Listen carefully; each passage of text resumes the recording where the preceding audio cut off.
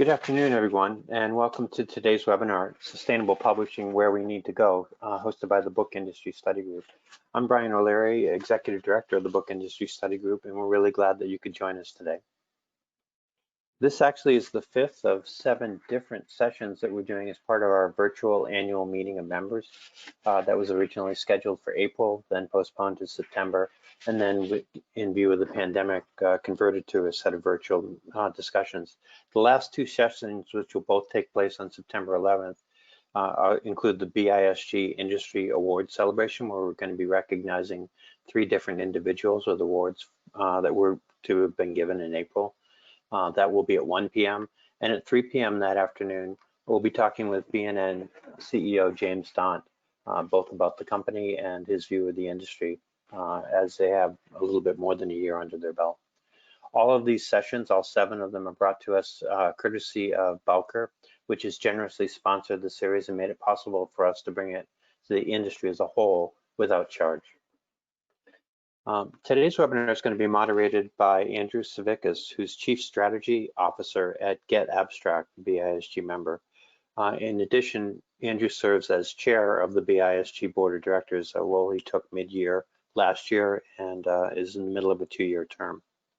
His previous roles include working as and leading Safari Books Online and working with O'Reilly Media before that, where he launched the widely praised and I think sorely missed Tools of Change in Publishing conference series. Andrew, I'm going to hand it over to you. Thank you for being here and thank you for moderating today. Oh, thank you, Brian. I'm thrilled to be here, especially to talk about a topic that I think is so important to all of us, and that's sustainability in publishing and what we as an industry need to do. And that's something that BISG does very well, which is bring the industry together to talk about problems and work on solutions. I'm thrilled to be joined today by 3 outstanding panelists. We have Bill Rojack, who's Vice President of the National Division at the Midland Paper Company. He has expertise in paper procurement, distribution, environmental impact, product development, and book publishing and manufacturing. Bill also serves on the board of directors of Two Sides, a global independent nonprofit organization created to promote sustainability, as well as the responsible production and use of print and paper. Formerly, he was co-chair of the Book Industry Environmental Council. We also have Ariel Russ. She's the sustainability manager at Macmillan. Her expertise is in greenhouse gas emissions accounting and enabling the circular economy.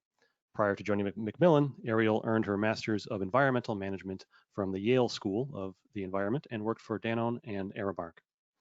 And finally, Lynn Terhune has a wealth of experience in print production, manufacturing, costing analysis, digital and on-demand printing, content distribution, metadata, contract negotiation, and supply chain matters. She held various leadership positions in her 25-year tenure at Wiley, including supply chain manager and global digital print manager for strategic sourcing and procurement. In May 2020, this year, she earned her Lean Six Sigma Green Belt. Congrats, Lynn. Lynn is currently a consultant to the book publishing industry, working with companies and institutions to optimize their operations and create efficiencies. So thank you all to the guests for being here today. So when we talk about sustainability, one of the things that often means is talking about reducing carbon emissions. That's on a lot of people's minds. When we talk about publishers and people in the publishing industry and companies, how are they looking to reduce carbon emissions? Maybe we'll start with you, Ariel. Sure. So thanks again for allowing me to be on this panel. I'm really excited to share some of the insights that Macmillan has learned about over the last 10 years in our journey. So firstly, for publishers, most of us are primarily paper-based, and so looking at paper emissions are always first and foremost what we recommend. Looking at our own impact from 10 years ago, paper emissions and related processes are about 40 to 60% of our emissions. So really, it provides a really ample opportunity for all publishers to mitigate their emissions just with that one piece. Secondly, looking at shipping of our books and of paper, prioritizing rail shipping and over trucks and even air freight, of course. Rail shipping is about 9 times less bad, essentially is the technical term, than an air freight. based on just distance. And then per mileage, when looking at kilograms of carbon per ton mile, air freight is 57 times worse than rail. Obviously, they're flying and going different distances, but looking at the whole system and looking at your whole supply chain and how the moving parts fit together is something that we also recommend. And next, looking at office submissions and associated other associations there with like business, travel, commuting, those are all really important. Those are often easier to identify, but they're not necessarily where the first and greatest impacts could be. Okay, so it sounds like people focusing a lot about things like having webinars and Zoom meetings, but it sounds like the bulk of it really is in the paper and the shipping. Now, speaking of shipping, it sounds like that's a big part of it. And you talked about how much more or how much more carbon is used by air freight, for example. I know there's been a lot of publishers thinking about and looking at direct-to-consumer business. Now, does that mean opportunities for planning and printing closer to those customers? And is there anything happening that any of you are seeing with companies looking to reduce that footprint by actually just taking the shipping piece out of it by printing closer to where the actual demand is? Maybe Lynn, I'll ask you to step in. Yeah, so I'll jump in here. Yeah, thanks, Andrew. Well, from my perspective, hopefully more order routing for print to orders instead of print for inventory. There are third-party POD relationships that some publishers have with Ingram and Amazon. So with those, theoretically, orders are routed to the closest possible print cell to the customer and trucked instead of going by air freight.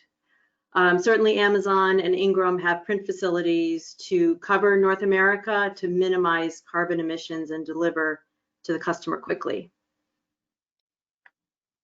Okay. Ariel, from an overall sustainability perspective, is that something you're seeing within Macmillan as well or elsewhere in the industry in terms of printing decisions shifting to be closer to the customers? At this time, it's one of the many, things that we're using, but we haven't shifted everything to POD, for example. It's not part of our business strategy, and part of that has to do with the volatility and the unknowns and the risks associated, especially with the trade market. Prediction planning is incredibly important, and printing the right amount is always the unknown. And so, obviously, all the steps that are taken to minimize the overprinting of books is really key. But we also don't want to underprint because then our agents and our authors will not be pleased with us, and we may not get those sales that keep us sustainable financially. Got it.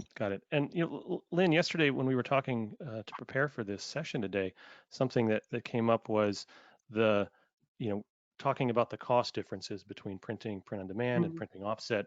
A lot of times you have publishers looking at those two numbers and it would, at least on paper, seems to make, no pun intended, makes sense to go with offset because those unit costs at least appear to be much lower. But are there other things that people should be thinking about when they look at their printing costs that might make POD more attractive than they realize, and also therefore improve their sort of carbon footprint?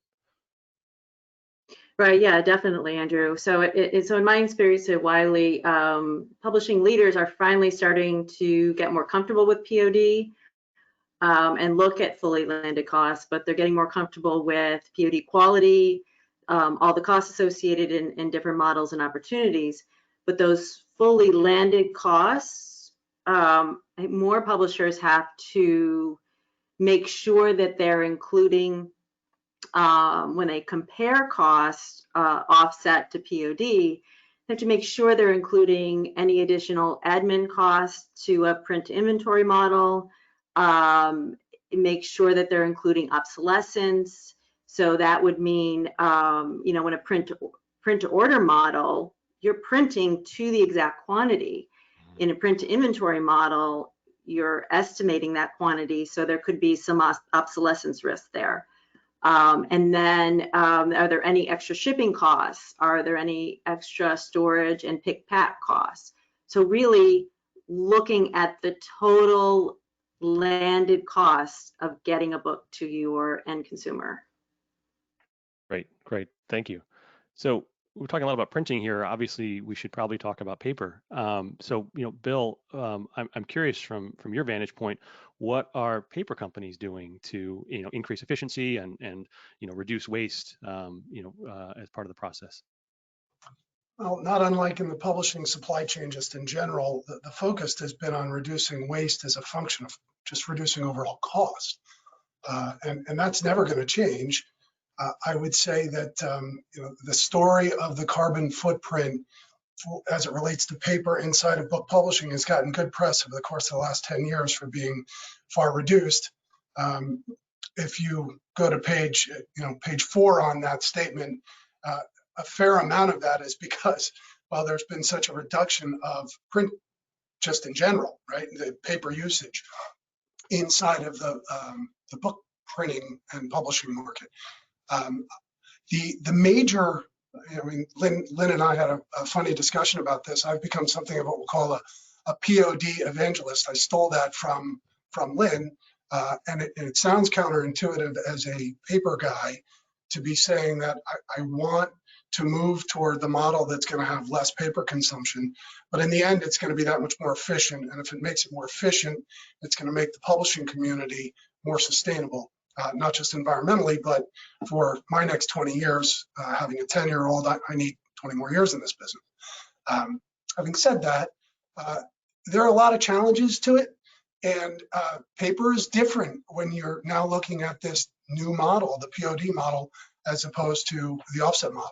And the paper companies are working really hard to try and figure that out. The golden goose right now is for the OEMs, the new press manufacturers, who can make the machine or the inks that print on anything, rather than just an inkjet treated or coated optimized sheet, which is that much more expensive than the other. There's an awful lot of focus on paper as it comes into this new era of publishing around POD. And on the offset side, honestly, Andrew, the paper companies have done a really good job, I think, of cutting back on obviously all their environmental offenses. It's well known that the paper business has not been kind to the environment over the course of the last several hundred years. But beyond that, whether it's fiber certification or otherwise, they've done a really good job, I think, in sort of writing their story. Sure. And you mentioned certifications, and I think there's a couple acronyms out there that that publishers, at least some of them, pay attention to. I think there's one, and maybe you can tell people, explain what these mean. I think there's a PEFC and an FSC. So what are those, and what are publishers and other organizations looking for when they look at those certifications? Mm-hmm. Well, the focus in preparing for this conversation, the focus on the environmental discussion around paper has taken a turn through the years, right? First one was recycled, and then it moved from recycled to certified fiber, which is what you're talking about.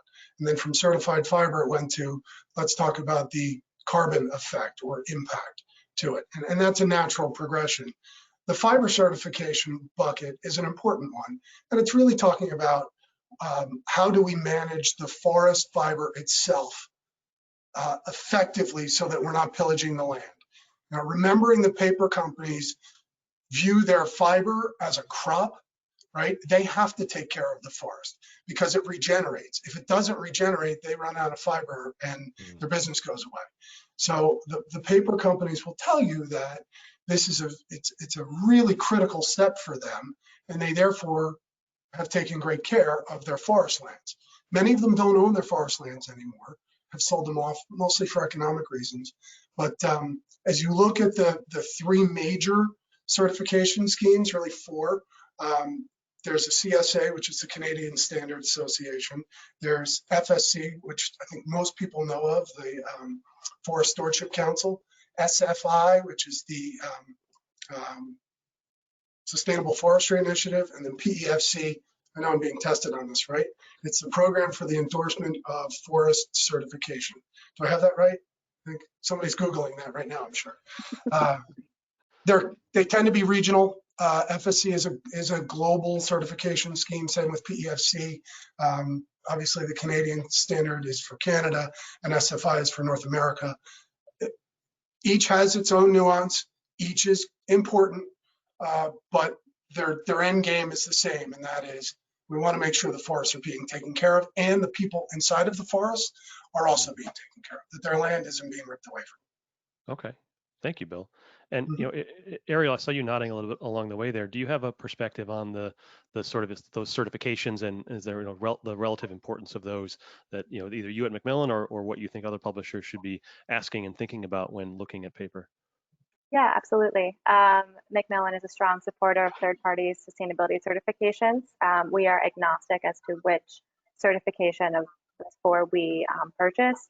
Some companies are more FSC leaning, but most are like doing what we are doing and are wider and broader. For example, in the UK, every few years, WWF UK is still looking at paper sourcing statements from the major publishers. So it's still a major issue to this day. And I think that as people's, generally consumers' aversion to plastic is slowly diminishing, even though our use is greatly increasing. I think there's going to be even more of a demand for paper and paper products with these certifications because paper is, the natural substitute there. Okay, thank you. Now, just returning to the print on demand topic, also still about paper, but that's been something, it's topic of discussion in the industry for more than a decade now, certainly. How can the use and the increased use of that technology really change the environmental impact of the industry? Lynn, I think you probably have the best perspective on POD, and I'd be curious to hear, what you see as the even additional promise or potential of POD to help with sustainability. Yeah, thanks, Andrew. So agree that POD is one of the pieces of a sustainable publishing solution. True print on demand, and let me give you just a definition so we're all on the same page. So true print on demand, meaning the order is electronically routed to the print supplier and shipped directly to the customer. And in my opinion, one, it reduces waste, reduces carbon emissions, and three, theoretically reduces returns. So there's a reduction in waste due to printing to the customer's order instead of printing in anticipation of a sales order, right? So less books should be pulped in a make-to-order model versus a make-to-inventory model.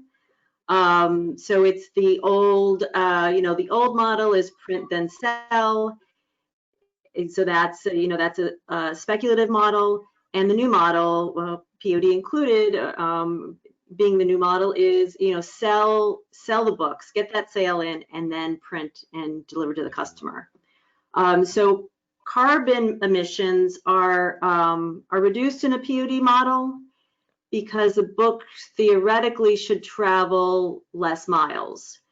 So in a make-to-inventory model, the product travels from manufacturer to distribution center and either out to a fulfillment center or distributor or a bookstore or library or just an end consumer.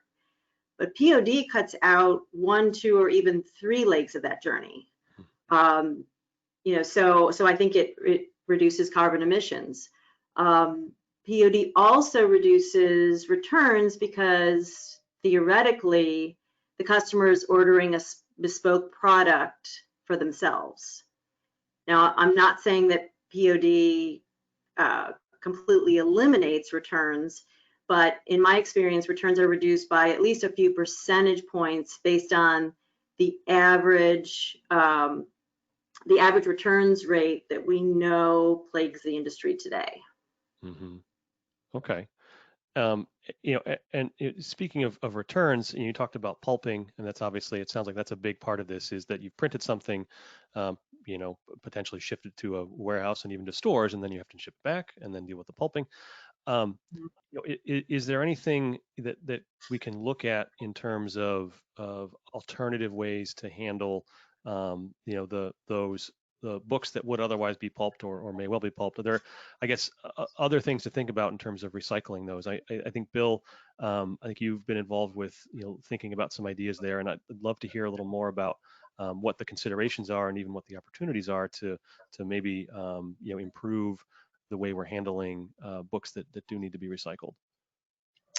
Sure. So, Andrew, several years ago, the group that I was a part of, it's now sort of defunct just because of lack of bandwidth, was called the Book Industry Environmental Council, sort of spearheaded by, at the time, Green Press Initiative, who assembled most of the publisher community around a table. And then we got some supply chain, including paper companies, involved.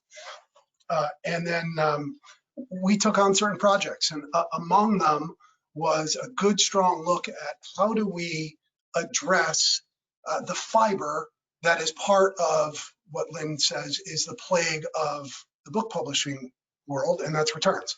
And depending upon the publisher, there are some pretty massive returns out there. And the amount of fiber that comes back in to their distribution facilities or those return centers is staggering in some cases.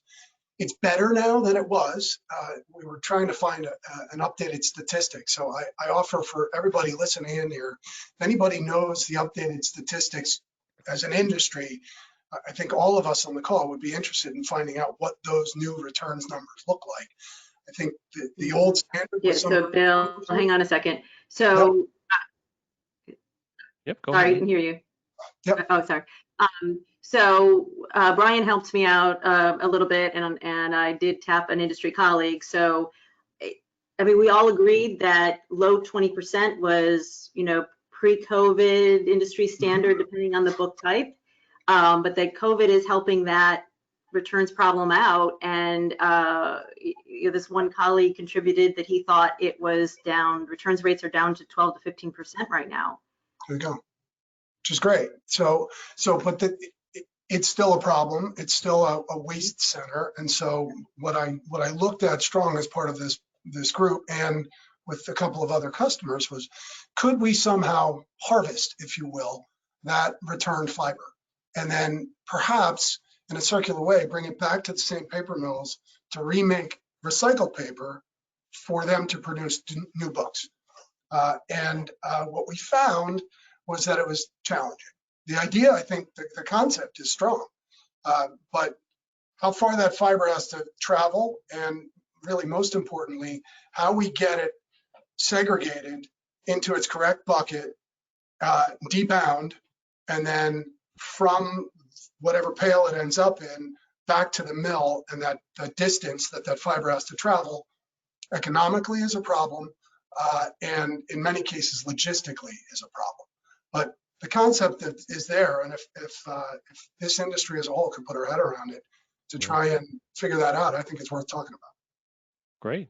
Well, thank you. Well, we've certainly talked a lot about paper so far. Obviously, paper and printing are a big part of the sort of carbon footprint for the industry. And we've been talking as an industry about cutting down returns for a long time. I don't think anyone wants any more returns than they're having now. And it's not, it's certainly environmental, but also just frankly from a cost perspective, it's obviously a big source of waste.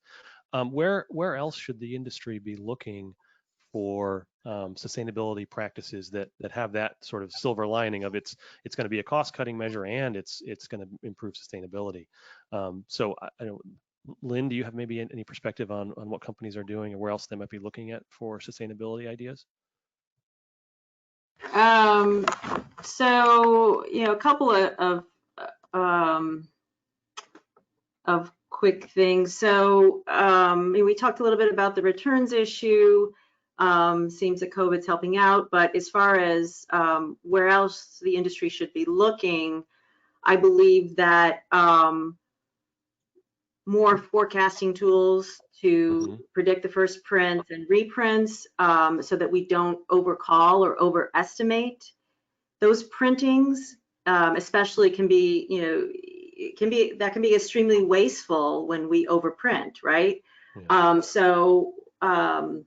During a UK RFP I ran a few years ago, we measured that first print decisions in the UK accounted for 50% of those first prints to never need a reprint. Wow. It's a huge number. So, we want to print closer to what we're actually going to sell, right? So that we don't waste and have to destroy those books. Right. Thank you. Ariel, from your perspective, yes, I was about to call on you. Do you have anything that you want to add in terms of places where publishers can start looking for, improving their sustainability and footprint? Absolutely. So reducing the weight of the paper, going to like 45 to 40 pound sheet that, generally light sizing or right sizing is always helpful for environmental reasons, but the costs aren't necessarily in that same direction as well. Then you can also look to use more craft and free sheet, craft or free sheet rather, because that actually uses wood pulp more efficiently than ground wood. Secondly, redesigning books. This is a controversial topic, but by reducing the number of effects on covers and jackets, for example, that actually helps with recycling, because if it's all paper-based, then you have more of a likelihood of that actually being recyclable, but also it's going to be cheaper because you're not adding as many effects. And secondly, if you're using tighter font sizes and narrower margins, so you're putting a little bit more text on the page, you can save paper overall, and then you have a slightly smaller book, and then ideally you can reduce emissions that way. Okay, so it sounds like a lot of relatively small changes, but when put together can really add up. So Ariel, you're in I think one of the few people in the industry with the kind of position that you have in terms of real responsibility for sustainability. But we do have companies, just one example, Penguin Random House, their parent company Bertelsmann, put out a statement that they're going to be carbon neutral by 2030, and sort of seeing more companies both in publishing and outside of that putting statements out like that. How meaningful and useful are statements like that? I mean, do they really have a lot of teeth, and what should people do when they hear statements like that? Sure. So carbon neutrality and net zero are two big terms that are very popular in the corporate sustainability realm and are gaining popularity within publishing. So Macmillan USA has been carbon neutral since 2013 and globally since 2017. Macmillan globally, rather. So we find value in it. And one thing that I recommend that people look into is, what does carbon neutrality cover? So 5 years ago, carbon neutrality often only covered what's called scope 1 and 2 emissions, and that's often just from the offices and the warehouses, like the energy, the recycling, etc. But as publishers, and as many people on this call know, we're all in that supply chain, and that's really where the impact often is, especially in the book world. So we are carbon neutral across our supply chain, whereas many companies are not. So sometimes the language can be construed in a way that's not quite as effective or meaningful. And we encourage all companies to move towards carbon neutrality or net zero for an entire supply chain and all scopes of emissions. And how does, I'm sorry, go ahead. So one way of doing that is supporting renewable energy. So that's something that, printers can work towards, distributors can work towards. Electrifying vehicles, finally gaining momentum in this country. That's an area and opportunity for many of the people on this call as well. And how do you measure that carbon neutrality? Like, what's the process if someone's, if someone wants to put that statement out there and put that, how do they sort of validate that and find out where they stand? Absolutely, should have defined carbon neutrality. My bad. So carbon neutrality, it means that you have offset your emissions by procuring carbon offsets. So carbon offsets can be helping to save forests in other parts of the world, or even in the States and Canada. You can be supporting renewable energy procurement in the States, China, India, for example. And then cook stoves are a very popular thing in several African nations and China. Just all looking at projects that are reducing emissions. They're elsewhere, unfortunately, but you are supporting, livelihoods and economic development in other parts of the world that are also relying on this income to maintain their own livelihoods. So the way to get carbon neutrality is to figure out what your carbon emissions are, which takes months and years and often requires help from consultants, as well as a lot of stuff being done in-house. and then you buy an equal or greater percentage of metric tons of offsets to equate or negate, if you will. And so we don't use it as a way to like assuage guilt. We just use it as a way as like, this is what we can do, because no matter what, we are a company, we are producing emissions. Each of us every day are producing emissions when we run our air conditioner, keep our lights on. So we recognize that it's not a fix, but it's an interim opportunity. Okay, thank you. And what, and this is a question for all of you really, what are the biggest challenges, what are the biggest obstacles getting in the way or standing in the way of our industry becoming more sustainable and more ecologically efficient? Maybe Lynn, maybe I'll ask you to go first.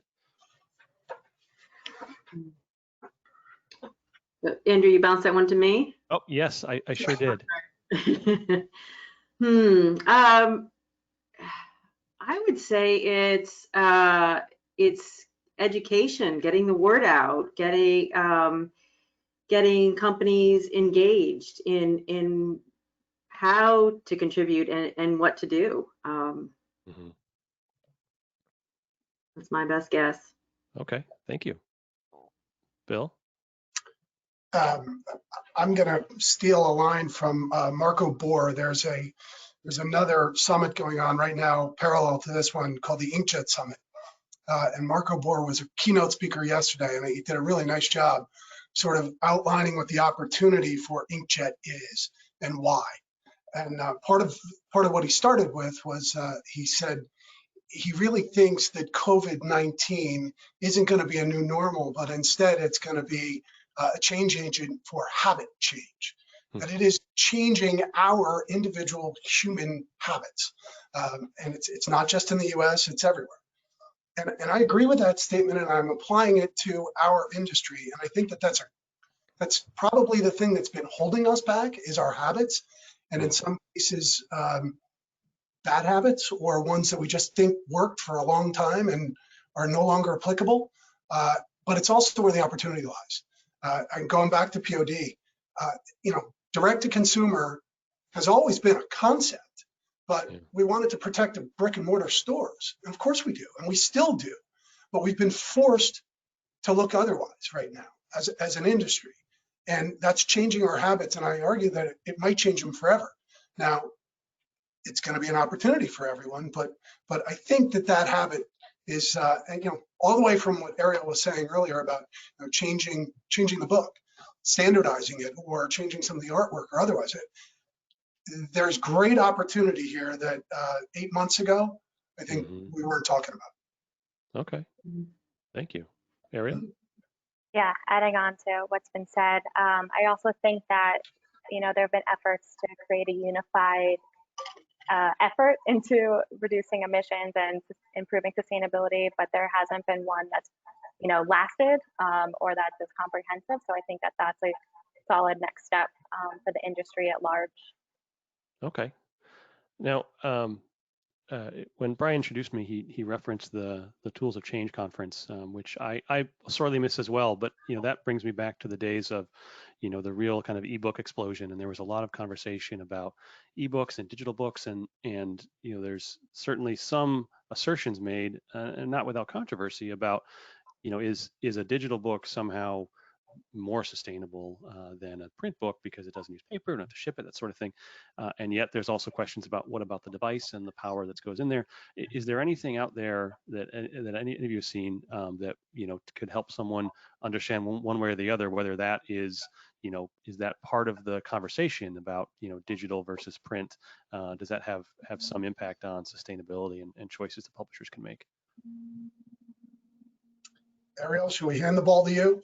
All right. So I'm going to answer like all sustainability professionals answer, and the answer is it depends. So like many environmental questions, paper or plastic, this is the same sort of thing. Oftentimes companies do life cycle assessments, but they are often rigged or biased towards who's putting in the inputs. So if you're including the Kindle like actually being manufactured, paper is probably better. or paper books rather, is probably better because mining is one of the most deleterious environmental impacts out there. So it really depends, and we as a company are, putting out all the options so that consumers have the choice. Okay.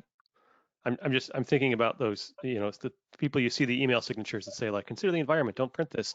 But how many times is someone, sending all these emails, turning on the device to read the email. So thank you.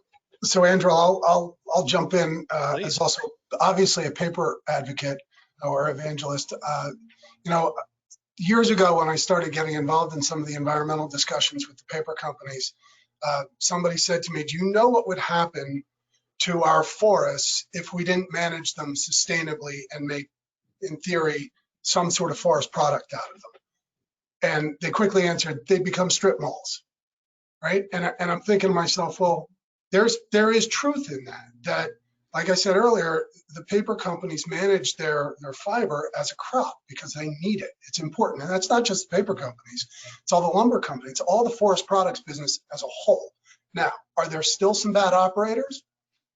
I think so, and allegedly there are some really bad ones. Has the industry had some bad press through the years? Yep, it's better. It's definitely better. I wanted to go out there to say, paper is going to be here forever. We need it. You can't blow your nose with an iPad, right? So, but on the other hand, there is environmental impact to all of our devices. And what happens to them when we get rid of them? And how do we feed the power that goes into them, and where does that come from? Back to the scope. So there are three sides to this story, and I don't just focus on the paper one, nor can I just focus on the environmental impact of the e-reader. But I've seen studies, and like Ariel says, I think a lot of them usually have an agenda behind them. They're interesting, sure, but I don't know how factual they are. Sure. Well, it's a good point that you made about it being a renewable resource, and that's the topic of this conversation is sustainability, and that's part of what that means is, something that is renewable and sustainable and can be renewed. Now, each of you have been in thinking about this stuff for a while. How is the conversation, Bill? For example, you talked about how the conversation has changed, from 10 years ago, for example, to now. What are some other ways the conversation around sustainability has changed within the publishing industry, since, during the, all of your time within the industry, and what might it look like? What do you see? How do you see it changing in the future? I'd be kind of curious to hear from each of you, kind of from your vantage point and your experience, kind of how the conversation has changed, and ultimately, how you think it's going to keep changing in the future. Maybe Bill, I'll put you on the spot. Sure.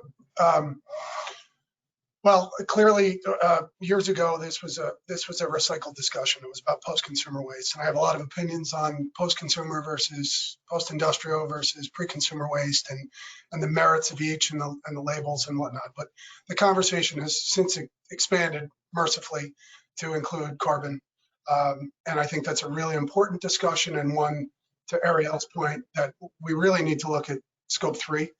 Scope 3 is the one that supply chain I'm getting most of the focus on when we're having carbon discussions. It's about the paper piece of this, and what is the carbon impact of that part of the supply chain.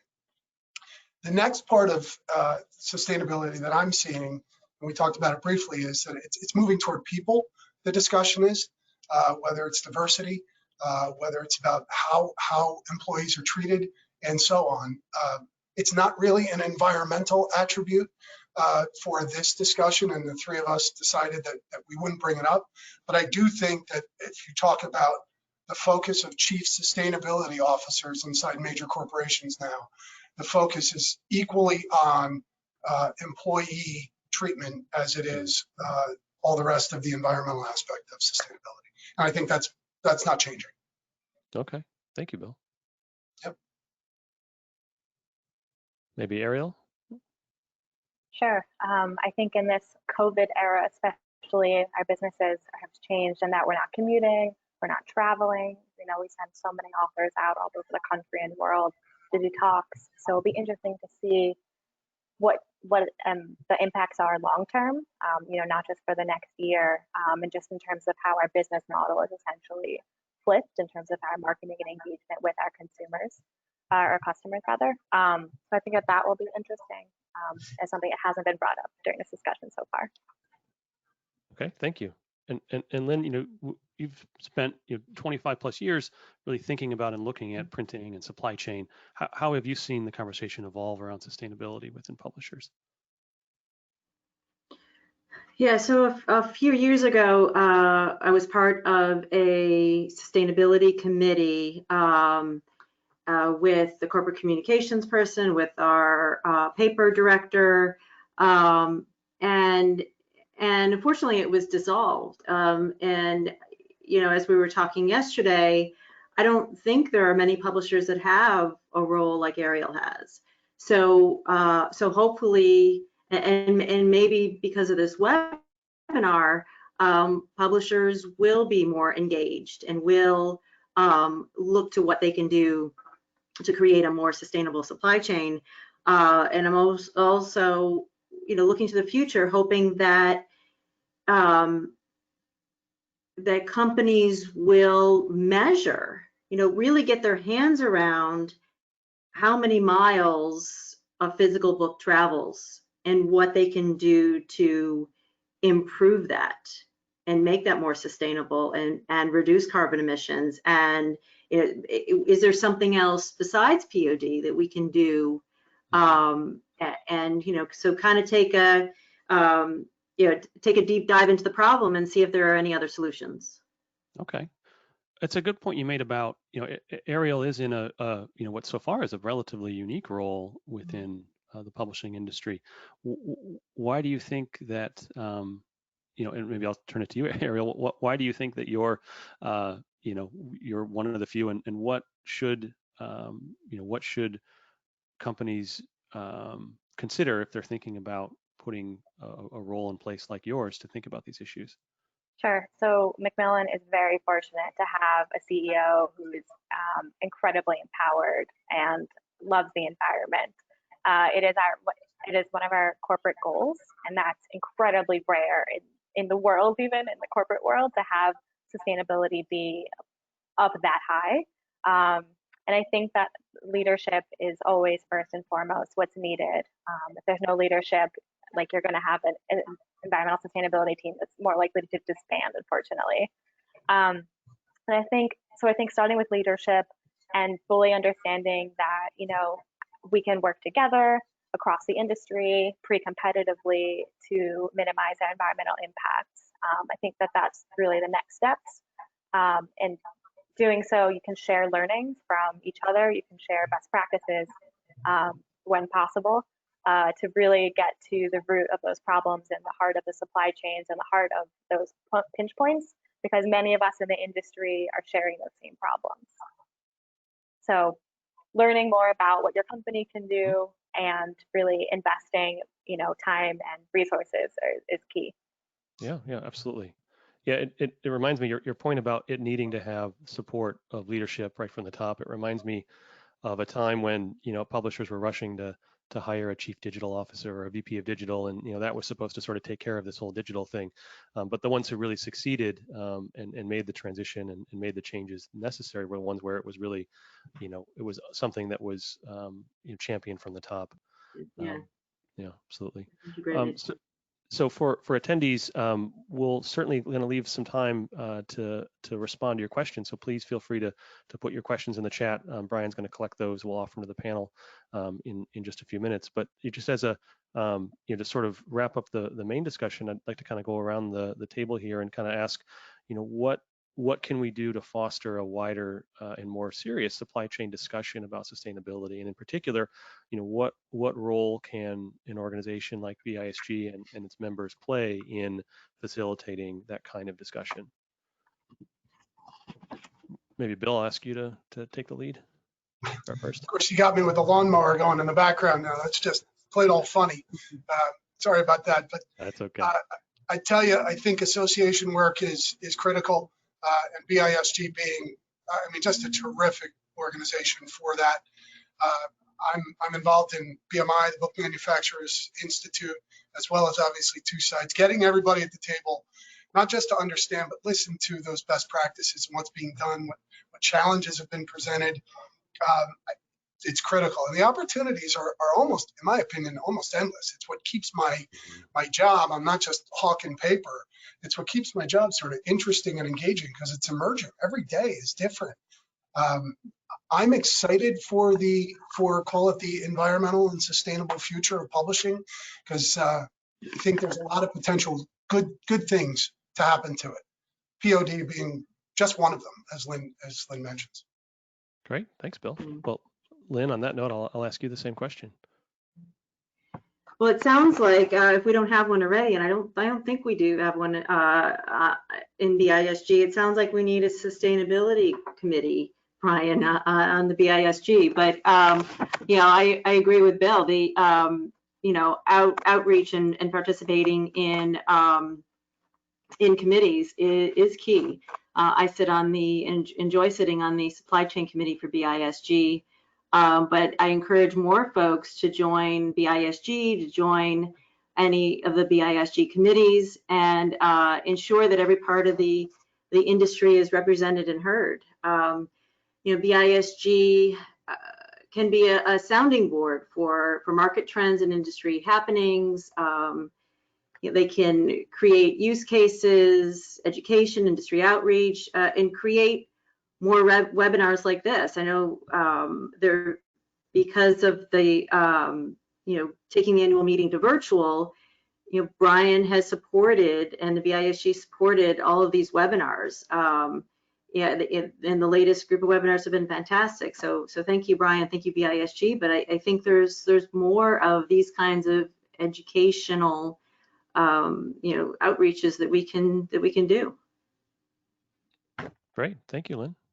Ariel, anything you'd like to add? Yeah, so all those points are absolutely great. I would articulate the same things, but I would add that for those listening on the call, I'm sure that a number of you have learned something new today. Start asking your leadership, like, are we doing this? Can we do this?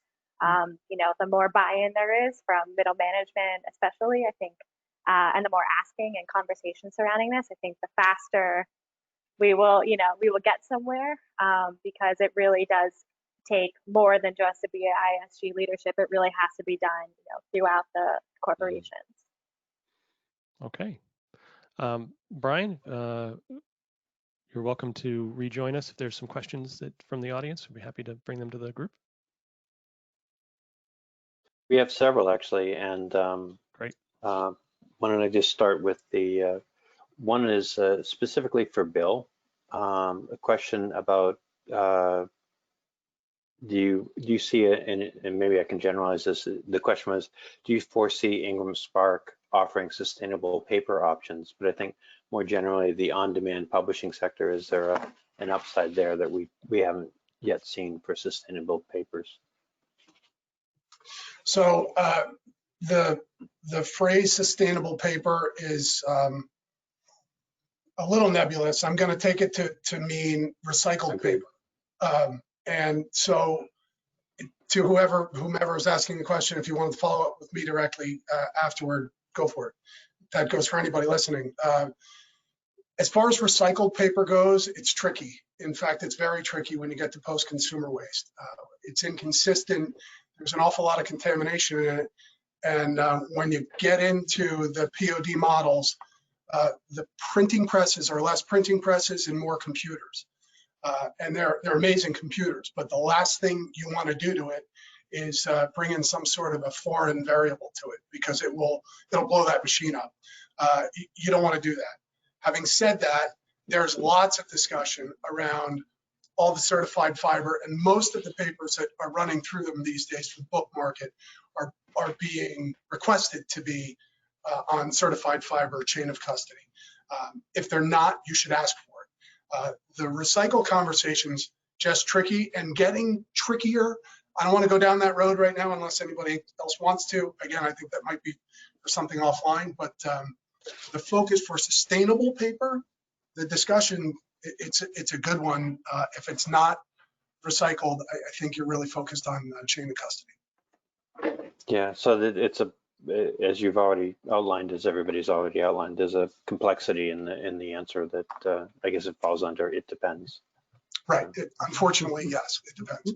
Another question was there was agreement that lower returns were kind of an outgrowth of COVID-19, and the question was, what do you attribute that? I don't know that we explicitly said it, but it's with retail stores being closed and the move to direct-to-consumer fulfillment, that it was Right. essentially closer to order and fulfill rather than send a collection of books to and then potentially incur returns. Is that fair? With bookstores being closed, books aren't getting returned as much as they would be, and are being fulfilled directly to the customer instead.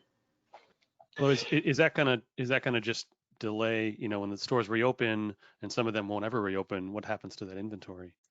Yeah, so we asked that earlier, and I believe the answer from a colleague was they expect the lower returns to continue at least through the end of the year. Is that right, Brian?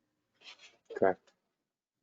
But it is a legitimate question because returns take an amount of time to clear a system, and they in steady state you get one answer, but we don't really know what this isn't steady state anymore. Yeah, so the answer is it depends. I wanted to throw in before I take another question. There was an earlier this year, we did it on March 17th, we did a webinar called Toward Carbon Neutral, Managing Publishing's Environmental Footprint. And Ariel in that session was able to give a lot of the detail I think that people wanted to ask about different levels of and how Macmillan in particular approached the topic over the last several years. That it's available on the BISG website as a recording. Just dial back to March and you'll find it. Back when we're still meeting in person almost. So there was a question about shifting closer to customers, the observation that the examples were US based, but this could also apply to, for example, an on-demand production facility in Australia to avoid the shipping costs that sometimes are incurred to get to remote markets. Is that a fair observation? Maybe start with Lynn. Yep, yeah, absolutely. So there are different programs, different platforms popping up. Without taking too much time, there's Ingram's Global Connect program where a partner will we'll put a catalog out to their customers, and if there's an order, they'll ping Ingram, and Ingram will send the files. So we're really getting to distributing files and printing closest to the customer. So they have partners all over Europe, India, China. So they really are trying to minimize shipping and logistics. And what was the other thing I was going to say? Oh, at platforms. So there are new hub platforms like HP Piazza and Cloud Printer, where a publisher can store files in the cloud, and if they receive an order, can push that out to a local printer.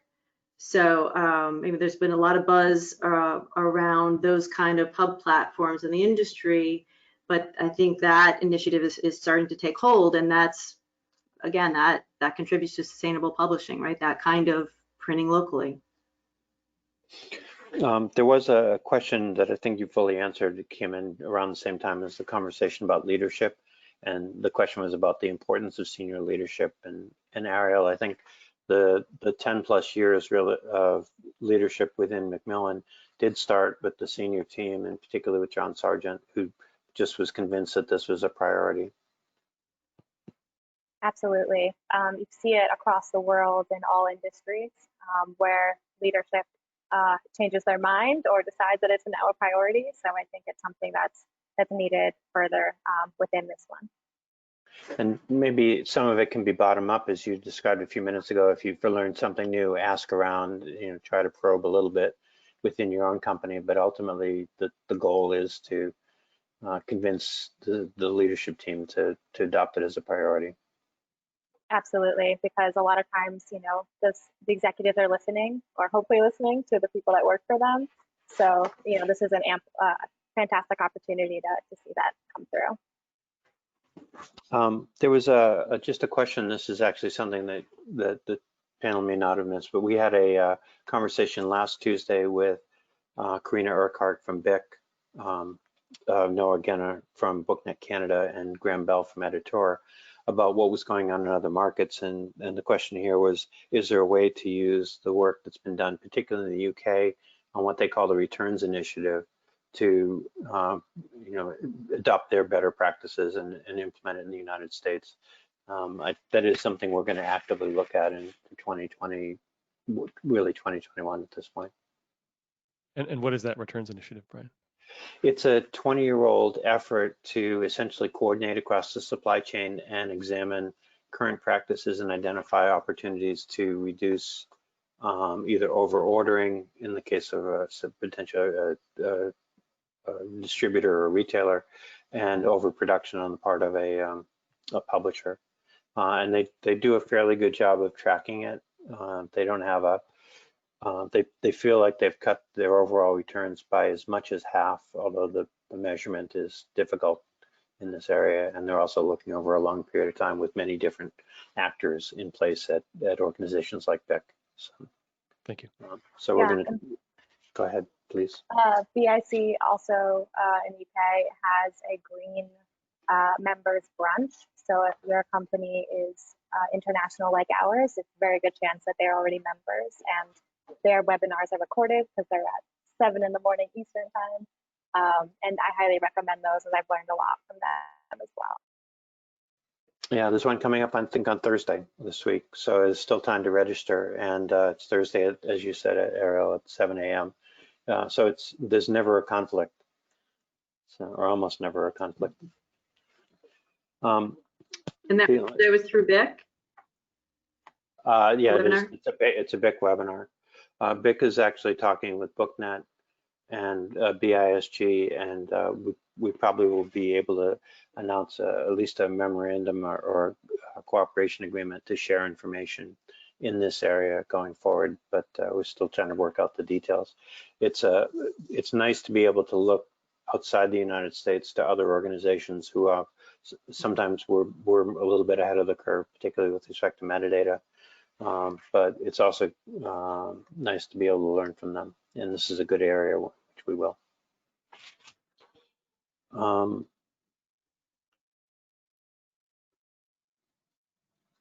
I think, Andrew, I think that's about it for questions that we have.